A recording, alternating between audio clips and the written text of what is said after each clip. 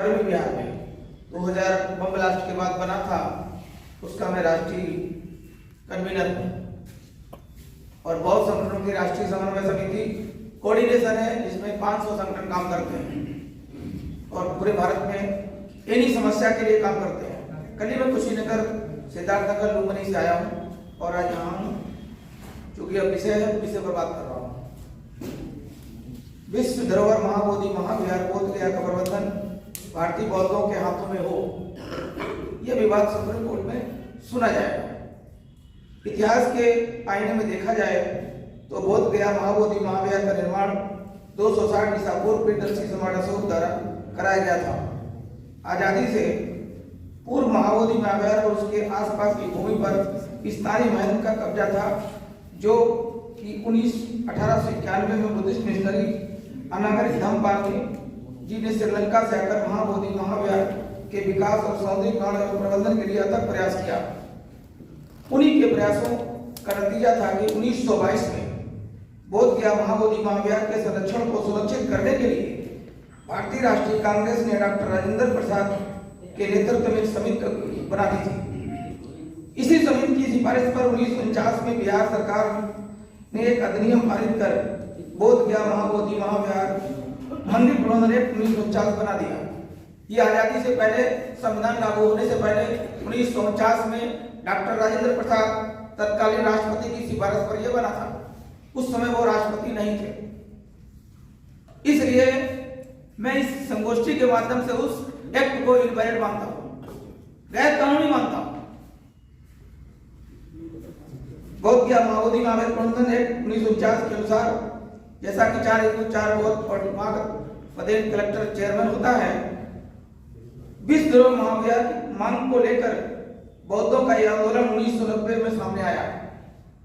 वर्ष 1992 में बिहार सरकार के तत्कालीन मुख्यमंत्री श्री लालू प्रसाद यादव ने बोध गया मंदिर प्रबंधन की समाप्ति के लिए एक नया विधेयक प्रारूप तैयार करवाया। एक नया बिल बन गया। जो लोग अभी बिल की बात कर रहे थे, लोगों को पता नहीं बिल हमारे पास है। उस समय विधानसभा में भी आया, लालू प्रसाद ने बिल बनवाया और minority commission, national minority commission उस बिल को बनवाने में भी सपोर्ट कर रहा था। पर बिल हमारे पास है, ये मैं इसलिए बता रहा हूं, बिल है, कोई मेहनत नहीं करने की जरूरत है। और उस बिल में 8 सदस्यों को शामिल करने की योजना बनाई गई थी, जिसे बाद में खारिज कर दिया गया। वर्ष 2002 में महाबोधि महाविहार विश्व धरोहर घोषित किया गया। वर्ष 2002 में इसको विश्व धरोहर घोषित कर दिया गया। ठीक है। 2003 में राष्ट्रीय अल्पसंख्यक आयोग भारत सरकार ने महाबोधि महाविहार का प्रबंधन बौद्धों को सौंपने का प्रस्ताव बिहार सरकार को भेजा, जिसे तत्कालीन मुख्यमंत्री श्री राबड़ी देवी ने 8 मई 2004 को खारिज कर दिया। तत्कालीन मुख्यमंत्री ने नहीं माना। National minority commission Habibullah sir उस समय थे, मैं उसमें चूंकि जुड़ा हुआ था, देवशंकर बौद्ध जी बैठे हैं, ज्वाइंट में हमारी कई मीटिंग उस समय कमीशन के साथ हुई और बहुत कोशिश में थे कि ये काम बौद्धों को हो जाएगा। इसकी जानकारी बोध गया मुक्ति आंदोलन के तत्कालीन अध्यक्ष भदंत आर्य नागार्जुन सुरेश देसाई को मिलने पर आंदोलन को बोध गया से पटना होते हुए दिल्ली तक बढ़ा दिया गया। इसी समय आंदोलन से जुड़े पूज्य भिक्षु प्रज्ञाशील जी, जो बोध गया मंदिर प्रबंधन कमेटी का पदेन सचिव मनोनीत कर दिया गया, जो कि हमारे इस सभा में बैठे हैं। तत्पश्चात केंद्र की भाजपा सरकार ने भदंत आर्य नागार्जुन सुरेश देसाई को राष्ट्रीय अल्पसंख्यक आयोग भारत सरकार के सदस्य मनोनीत कर उनको राज्य मंत्री का दर्जा दे दिया और उनको लाल बत्ती का तोहफा मिल गया। इस तोहफे से क्या हुआ? इस लाल बत्ती से क्या हुआ? इस आंदोलन का क्या हुआ? हिंसात्मक हुआ, बहुत भिक्षुओं का खून खराबा हुआ, लाल किला मैदान के पीछे सैकड़ों भिक्षुओं के लाठियां बरसाई गई, तमाम लोगों को चोटें आई और उस आंदोलन को मिट्टी में मिला दिया गया, तहस नहस कर दिया गया, गुटबाजी हो गई। लाखों, 3-3 लाख, 4-4 लाख लोगों की भीड़ दिल्ली में होती थी। हम लोग, मेरे साथ के करोल बाग के लोग, हम आटा, चावल, साबुन इकट्ठा करते जंतर मंतर धरने पर पहुंचाते थे और पूज्य भिक्षु संघ को जक्कीराम निराला जी मेरे बीच में बैठे हैं, ये दिल्ली पुलिस इंस्पेक्टर, हम यहाँ पर भोजन की व्यवस्था अम्बेडकर भवन में करते थे। मेरी वाइफ इनकी वाइफ, हम लोग प्लेटें धो धो कर भिक्षु उनको भोजन कराते थे। हमने बहुत आशा थी, उम्मीद थी कि बनते प्रज्ञाशील और ससाई बंदे जी के नेतृत्व में हमको आजादी मिल जाएगी, लेकिन हमको बड़ा आज दुख हो रहा है।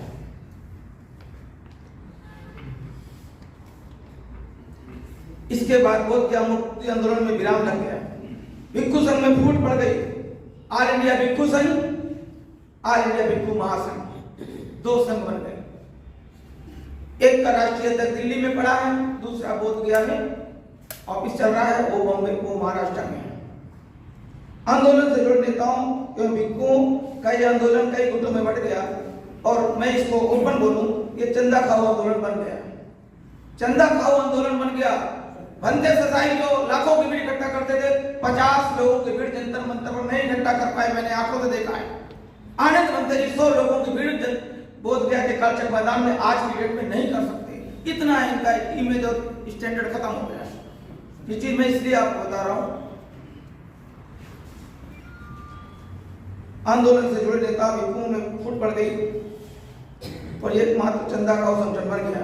क्योंकि विश्व धरोहर महाबोधि मंदिर प्रबंधन की सुनवाई देश की सबसे बड़ी अदालत उच्चतम न्यायालय दिल्ली में चल रही है और इस मामले को लेकर सबसे पहले बौद्ध मानवाधिकार कार्यकर्ता दार्जिलिंग निवासी बांग्दी सेरिंग जी के द्वारा रिट पिटीशन संख्या सिविल 412012, दूसरी पिटीशन सिविल संख्या 380212 वदनदार नगर सुरेश देसाई, तीसरी पिटीशन 82832213 श्री अरुण ब्रह्मचारी और स्वामी जी के द्वारा दायर कर दी। ये तीनों सुप्रीम कोर्ट में है और चल रही है। लेकिन जैसे ही पिटीशन सुप्रीम कोर्ट में आई, बिहार सरकार ने आर्टिकल 3 जो उसका है महाबोधि बिहार एक्ट के अंदर कि कलेक्टर चेयरमैन बनता है ये और जाके, तो बिहार सरकार ने बड़ी चालाकी से एकदम गजट नोटिफिकेशन, गजट की कॉपी मेरे पास है, यहीं पर है, गजट नोटिफिकेशन करा के कानून विधानसभा के अंदर पारित कर दिया और ये कहा कि धर्मनिरपेक्ष कंट्री है, इसलिए हम इसमें संशोधन कर रहे हैं। संशोधन विधेयक 2013 में पास करके और सुप्रीम कोर्ट में एफिडेविट गृह मंत्रालय बिहार सरकार ने भेज दिया। वो एफिडेविट की कॉपी मेरे पास है। चूंकि लीगल जो जितनी ये सब है, सारी पिटीशन की कॉपी मेरे पास है। हमको क्या करना है वो भी हम बता देंगे। माननीय सुप्रीम कोर्ट में बौद्ध मानवाधिकार बांग्दी सेरिंग मदन देसाई की याचिकाओं में महाबोधि मंदिर को 1949 की धारा 3 को विशेषकर चुनौती दी गई है। बोध गया मंदिर महाबोधि प्रबंधन का पूर्ण रूप से बौद्धों को सौंपने की मांग की गई है और श्री अरुण ब्रह्मचारी और स्वामी की याचिका में कहा गया है कि यूनेस्को की सिफारिशों के आधार पर महाबोधि को राष्ट्रीय स्मारक बनाया जाए। विश्व धरोहर महाबोधि प्रबंधन कमेटी का विवाद सुप्रीम कोर्ट में है। देखना होगा कि सड़कों पर हंगामा करने वाले बौद्धों के नेता और उनके संगठन भविष्य में क्या अपनी आवाज सही ढंग से सुप्रीम कोर्ट में रख पाएंगे और देश के सभी राज्यों में जन समुदाय पर का दबाव बना पाएंगे। अब सवाल फिर है कि न्यायपालिका, चाहे पटना हाई कोर्ट हो चाहे सुप्रीम कोर्ट हो, अगर मर्डर केस में, करप्शन में या दीवानी मामले में मामला न्यायालय में होता है, आप 100 लोग जाके रेलगाड़ी से कट के मर जाओ तो क्या फैसला आपके पक्ष में आ जाएगा? लालू यादव का पूरा परिवार कल सड़क पर आ जाए तो क्या उसको बरी कर दिया जाए घोटाले में? नहीं कर सकते। इसलिए सबसे पहले मैं अब इसका वो बता रहा हूं, हमारे में जो भी विद्वान साथी हैं, एक चीज बता दूं, उस समय और काम हुआ बहुत बड़ा जो आप लोगों को मेरे पास काफी है। डॉक्टर ये राजीव धवन बहुत बड़ा एक्सपर्ट है, सुप्रीम कोर्ट का एडवोकेट है डॉक्टर राजीव धवन, उसको हायर किया गया, पैसा, मोटा पैसा दिया गया। नेशनल माइनॉरिटी कमीशन ने मोटा पैसा देकर लीगल एक्सपर्ट नियुक्त किया और उस कमीशन, उस धवन ने इतनी बढ़िया रिपोर्ट दी, आपको किसी वकील की जरूरत नहीं दिल्ली के अंदर ढूंढने की। उस रिपोर्ट में इतनी रूलिंग है सुप्रीम कोर्ट की और दूसरे स्टेटों के हाई कोर्टों की, एविडेंस हमारे पक्ष में है कि आप यहाँ किसी अच्छे वकील को कर लो और रिपोर्ट के आधार ही हमारा मुकदमा हमारे पक्ष में जाएगा। अभी जैसे कर्नाटक हाई कोर्ट में जजमेंट है रिसेंटली कि वो बुद्ध की मूर्ति को देवी बनाकर पूज रहे थे, जब उस लोगों ने हाथ किया तो उसने कहा नहीं ये बुद्ध हटाओ, यहाँ पर पुजारी बुद्धिस्ट लगाओ, अब हटाओ ये सब ये नकली घालमेल और मिलावट खत्म करो, वो भी फेवर में हमारे है। इसलिए अभी जो बीच में मेरे वक्ता ने कहा कि खाली बोध गया नहीं, 84,000 अशोककालीन विहारों को नष्ट कर दिया गया, तिरुपति बालाजी, केदारनाथ, बद्रीनाथ और ये तमाम जो है ये सब बौद्ध विहार है। मेरा सुप्रीम कोर्ट का एडवोकेट शैलेश नारनौरे अभी सुप्रीम कोर्ट में पिटीशन नहीं ला रहा हूं, ये जितने विहार हैं इन पर हम कब्जा करेंगे, हम कब्जा करेंगे। क्योंकि जब तुम अयोध्या में हमारे बौद्ध की मूर्तियों को पत्थर से पिसवाकर मशीन से और जबरदस्ती राम मंदिर बना सकते हो, तो हमारे विहारों को खाली करो, क्यों कब्जा करो? और लेकिन ये हुआ क्यों? आजादी से पहले बौद्ध विहारों का कानून नहीं था, आजादी के बाद 76 सालों में बौद्ध विहारों का कोई कानून नहीं है, बुद्ध विहार मोनेस्ट्री एक्ट ही नहीं है, बुद्ध विहारों को मंदिर टेम्पल कहते थे, दयाशंकर भाई बता रहे थे। इसलिए सुप्रीम कोर्ट के विद्वान वकीलों और विद्वान साथियों की एक हमने सब कमेटी, ड्राफ्टिंग कमेटी को बनाया। पिछले 26 नवंबर को जिस दिन वो रैली थी शांति पीस की, उसी दिन हमारी भी मीटिंग थी बुद्ध विहार में, और वो बुद्ध विहार मोनेस्ट्री एक्ट फाइनल ड्राफ्ट तैयार हो गया है, जो राज्यसभा लोकसभा की पिटीशन कमेटी में, नेशनल पार्टी कमीशन में, लॉ कमीशन में हम उसको लगाएंगे और उसके बाद फिर सुप्रीम कोर्ट जाएंगे, लेकिन बुद्ध विहारों का एक्ट को पास कराएंगे। क्योंकि अभी भी ये जो आपका बोध विहार ये जो है हमारा, ये भी बुद्ध विहार कानूनी नहीं है, उसको मंदिर मंदिर टेम्पल टेम्पल कहते हैं, और सारे देश के बौद्ध विहारों को टेम्पल टेम्पल मंदिर मंदिर कहते हैं। सवाल ये है, जितनी भी बौद्ध संस्थाएं हैं मैं चुनौती देता हूं, उन्होंने काम नहीं किया। मुझे और आपको बोलने की जरूरत नहीं थी। बाबा साहब ने जब कानून बौद्ध महासभा का गठन किया तो उनके राष्ट्रीय अध्यक्षों को यह काम करना चाहिए था, लेकिन गुजरात वाले हमारे जो पीजी जोतकर थे वो भी चले गए, उनके साथ के कई लोग मर गए, लेकिन एक भी काम नहीं हुआ। पूरी जिंदगी सुप्रीम कोर्ट में लड़ाई लड़ते लड़ते पदों और पैसों की लड़ाई, कि चैत्य भूमि का पैसा मेरी जेब में कैसे आ जाए, ये लड़ाई चल रही है। समता दल के कई ग्रुप हैं, एक भी काम समता, आर्थिक समता के लिए और सामाजिक समता के लिए काम समता से नहीं किया, वो भी लड़ाई लड़ रहा है, गुटबाजी है। इसलिए लड़ाई लामा जी को जरूरत ही नहीं लड़ने की, लेकिन आज लामा जी को जरूरत पड़ी है, विद्याश्री बंदे को जरूरत पड़ी है, अभय रतन बौद्ध को जरूरत पड़ी है, क्योंकि मरने से पहले हम लाल पत्ती हमको नहीं चाहिए, करोड़पति नहीं बनना है। मेरा बेटा भी पेशकार है डिस्ट्रिक्ट जज के पास, सुप्रीम कोर्ट, मेरा एक बेटा वकील है, मुझे पैसे की कमी नहीं, मैं फुल टाइट पूरे इंडिया में काम करता हूँ। जो भी बौद्धों का कोई काम हो, चाहे वो बर्थ सर्टिफिकेट बनवाना हो, चाहे आपको जो है मृत्यु सर्टिफिकेट बनवाना हो, चाहे आपको गजट नोटिफिकेशन करना, मुझसे मिलिए। सेंट्रल ऑफिस नई दिल्ली में हमने चल रहा है, बोध गया में हेडक्वार्टर है, आपको विदेश जाना है मुझसे मिलिए।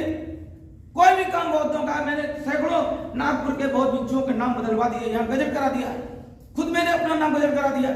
अभय रतन बौद्ध था, मेरा नाम आसाराम गौतम था। जब गुजरात में मैं भाषण कर रहा था तो रमेश बैंकर के सामने तमाम आईएएस अफसरों ने कहा, आसाराम बाबू जेल में है, तुम यार आसाराम बाबू को क्यों जिंदा करके रखे हो? मैंने कहा क्या करना है, मैं आया बंदे सत्यपाल महातेरा दिल्ली यूनिवर्सिटी में प्रोफेसर थे, मैंने कहा गुरुजी नाम दीजिए, बोले अभय रतन को, मैंने अभय रतन बौद्ध, और उसी दिन मैंने भारत सरकार में अभय रतन बौद्ध करवा दिया। और उन्होंने कहा अभय नाम क्यों दिया? तुम आईएएस से लड़ते हो, गुंडों से लड़ते हो, कलम चलाते हो, इसलिए तुम्हारा अभय रखा। अभय माने लीडर होता है। साथियों, जिसको भी नाम बदलना, बंदे जी आप मेरे पास आना, मैं आपका नाम बदलवा दूंगा, बिल्कुल आप चिंता मत करो। भारत के अंदर जितनी योजनाएं हैं बौद्धों के लिए, कितना पैसा आ रहा है, सब मुस्लिम खा रहा है, मैं लोगों को पैसे दिलवाता हूँ। आप तो अब इसको मैं स्टार्ट कर रहा हूँ, काम की बात कर रहा हूँ। सबसे पहले चंद्रचूड़ साहब इस समय सुप्रीम कोर्ट के जज हैं, बढ़िया दिल्ली में वकील हैं, वो मैं अभी लामा जी को एक रिपोर्ट दे दूंगा, डॉक्टर धवन की रिपोर्ट जो है उसको पढ़ लीजिए, और उसी से देख करके बढ़िया सी आप जिसको भी ज्ञापन प्रेसिडेंट को दे, पीएम को दे, कमीशन को दे, अपनी रिपोर्ट बनाएं और एक लेटर पिटीशन हमको चंद्रचूड़ साहब को देनी चाहिए, क्योंकि चंद्रचूड़ साहब के अंदर कुछ अलग सोच रखते हैं वो, कि इसकी सुनवाई हेयरिंग में लाएं और इस पर डिसीजन दें। ठीक है, ये वो जो अभी बिल की बात है, बिल हमारे कैसे बंदे जी के पास भी होगा, मेरे पास भी है, जो बिल उसमें मेहनत करके बनाया गया था, नया कानून, वो कानून है मेरे पास, 2-4 कॉपी पड़ी है स्टॉक में, मैंने उसमें कमीशन से ले ली थी, वो है। ठीक है, खुद संस्कृत। अब देखो, अगर मान लो अगर हम सुप्रीम कोर्ट में कुछ और बात बताएंगे तभी नई पिटीशन लगेगी, लेटर पिटीशन हो और चाहे फ्रेश पिटीशन हो। तो आप इस समय जो वहां पर गड़बड़ हो रहा है उसमें सबसे बड़ा क्या है कि बुद्ध संस्कृति में घालमेल हो रहा है महाबोधि महाविहार के अंदर। कभी राज्यपाल के द्वारा, कभी वहां के द्वारा, कभी वहां पर वो करवाते हैं मुंडन संस्कार, पता नहीं क्या क्या करवाते हैं हिंदू लोग। इन चीजों का रिकॉर्ड बनाना, सीडी बनानी और मीडिया रिपोर्ट इकट्ठी करनी है कि बुद्ध संस्कृति को नष्ट किया जा रहा है महाबोधि के अंदर वर्तमान कमेटी के द्वारा। कभी गवर्नर बोलता है विष्णु का अवतार, कभी कृष्ण का अवतार, कभी वहां पर कोई वो क्या बोलते हैं पितृपक्ष मेले के तमाम प्रोपेगेंडा होता है। मेरे पास तमाम लेटर इस तरह के हैं। तो इनको इकट्ठा करना है और ये बात सुप्रीम कोर्ट को बतानी है कि वर्तमान कमेटी मिसलीड कर रही है, फेरबदल कर रही है, घालमेल कर रही है, बिगाड़ रही है। ठीक है, 4 मेंबर जो भर्ती है वहां मिटाने का काम हो रहा है। महाविहार की सुरक्षा में गड़बड़ी हो रही है, दारू की बोतलें पकड़ी जा रही हैं, शराब अंदर जाती है, सिक्योरिटी पुलिस स्टाफ ही गलत काम करता है, बहुत भिक्षुओं के चीवर खींचता है, उनको परेशान करता है, अनाप शराब उनकी सिक्योरिटी के नाम पर उनको टॉर्चर किया जा रहा है बहुत भिक्षुओं को, जिससे कि हमारे बुद्ध संस्कृति की बहुत देश पूरे दुनिया में हमारी बदनामी हो रही है। इन चीजों का हमें रिकॉर्ड इकट्ठा करना है।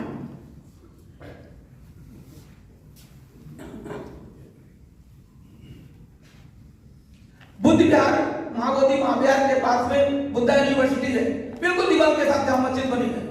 सैकड़ों एकड़ जमीन पर अतिक्रमण डकैती पड़ रही है।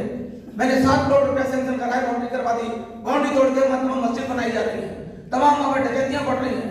अभी मैंने केस डाला है और उसके बाद आरटीआई भी लगाई है। डीएम से मैं बुद्ध पूर्णिमा में मिला था वहां के त्यागराजन से, तो उसकी भी सुरक्षा करनी है। वो बिल्कुल दीवार के साथ है, बहुत बड़ा, इतनी मोटी दीवारें हैं जहां पर भिक्षु और भगवान बुद्ध रहते थे, जहां पर हमारे भिक्षु लोग रहते थे। यूनिवर्सिटी थी, बिहार था, वो सब खुदाई में अभी खुद निकला है, उसका सामान भी वहां के म्यूजियम में रखा है। नाना पटोले जो एमपी थे उन्होंने भी ये क्वेश्चन 2015 में लोकसभा में लगाया था, वो भी क्वेश्चन की कॉपी मेरे पास है। ऐसा नहीं कि लोकसभा में ये मामला उठा नहीं है, लोकसभा में ये मामला उठा है, राज्यसभा विधानसभा में अगर वहां बिहार में उठा है तो यहाँ भी उठा है। जानकारी के लिए आपको मैं दे रहा हूं।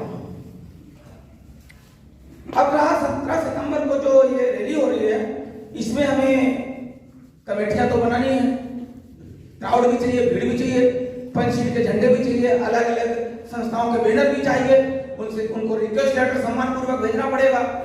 बिना लेटर के कोई भी सोसाइटी संगठन शामिल नहीं होता है।